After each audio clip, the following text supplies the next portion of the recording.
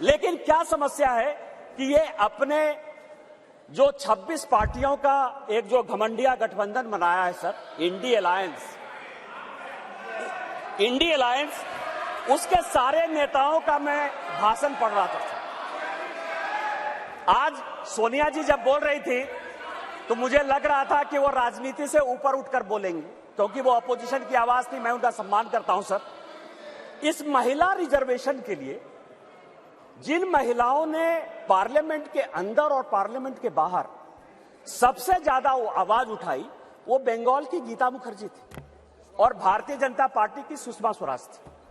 ये दोनों यदि नहीं रहती तो आज ये दिन भी देखने को नहीं मिलता। 33% यदि रिजर्वेशन लोकसभा और विधानसभा में यदि लागू होने वाला है और माननीय प्रधानमंत्री जी लेकर आए हैं इन दो महिलाओं का, लेकिन सोनिया जी ने अपने पूरे भाषण में न गीता मुखर्जी का जिक्र किया न सुषमा स्वराज का जिक्र किया।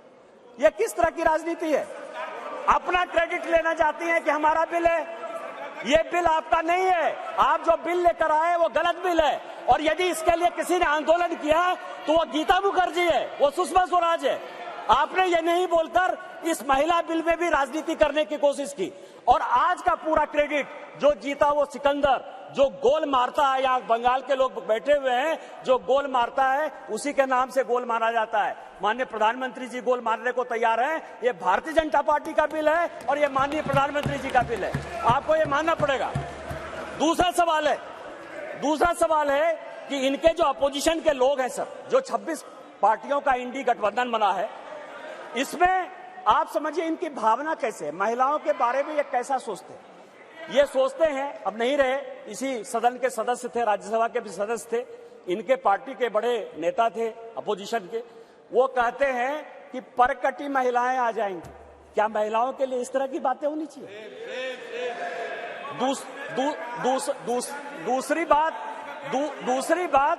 दूसरी बात जो है, ये दूसरे नेता जो है 2011 में मैं अध्यक्ष जी आपको दो कहानी बताना चाहता हूं, और ये वर्षों से मेरे मन में था। इस पार्लियामेंट में 2 बार संजोग से मैं 2009 में सांसद बनकर आया, अनुराग ठाकुर जी से लेकर राजनाथ जी सबों के साथ काम करने का मौका मिला सर।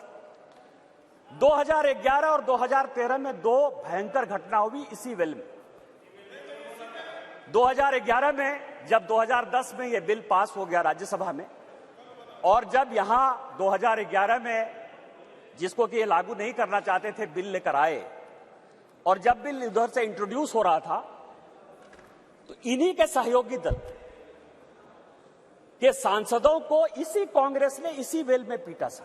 2 बिल था, एक महिला रिजर्वेशन का 2011 में और 2013 में प्रमोशन इन रिजर्वेशन। और प्रमोशन इन रिजर्वेशन में मैं जब बात करूंगा तो ये पूरे के पूरे बेंच खड़े हो जाएंगे सर। यही वी नारायण स्वामी बिल को पेश कर रहे थे, समाजवादी पार्टी के यशवीर सिंह, शेड्यूल कास्ट थे सर, ये कहते अधिकार की बात, शेड्यूल कास्ट शेड्यूल ट्राइब की बात करते हैं सर। यही यशवीर सिंह यहां पार्लियामेंट में उस तरफ से गए, वी नारायण स्वामी का उन्होंने बिल खींच लिया।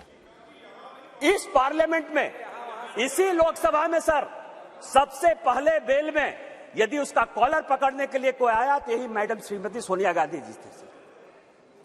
और नीरज शेखर वहां खड़े थे, मुलायम सिंह यादव बाहर थे, और मैं वहां से कूद कर टेबल पर आया और मैंने कहा कि आप यहां की तानाशाह नहीं है, आप यहां की रानी नहीं है, इस बेल में आप मारपीट नहीं कर सकती हैं। और इनके जो इतने लेफ्टिनेंट थे, बिलास मुतेबार से लेकर सबों ने उनको पीटा। ये दोनों घटनाएं जो है, चाहे महिला रिजर्वेशन का हो, चाहे ये प्रमोशन इन रिजर्वेशन का हो, ये पार्लियामेंट है सर, सबको सत्य बोलना चाहिए। और मुलायम सिंह यादव ने कहा यदि बीजेपी नहीं होती तो आज के डेट में हमारे सांसद नहीं बचते।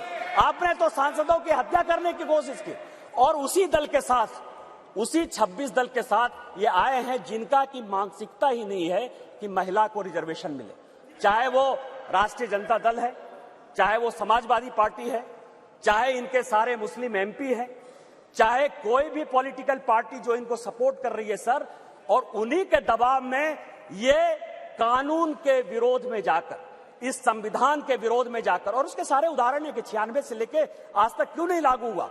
उसी के कारण ये कभी ओबीसी रिजर्वेशन की बात करते हैं, कोटा विद इन कोटा की बात करते हैं, राज्यसभा में जो है उसको अधिकार देने की बात करते हैं, विधान परिषद में क्यों नहीं रिजर्वेशन दिया उसकी बात करते हैं, फिर वो बात करते हैं कि 2024 से क्यों नहीं लागू होगा। इनको सब कुछ पता है। ये देश संविधान से चलता है,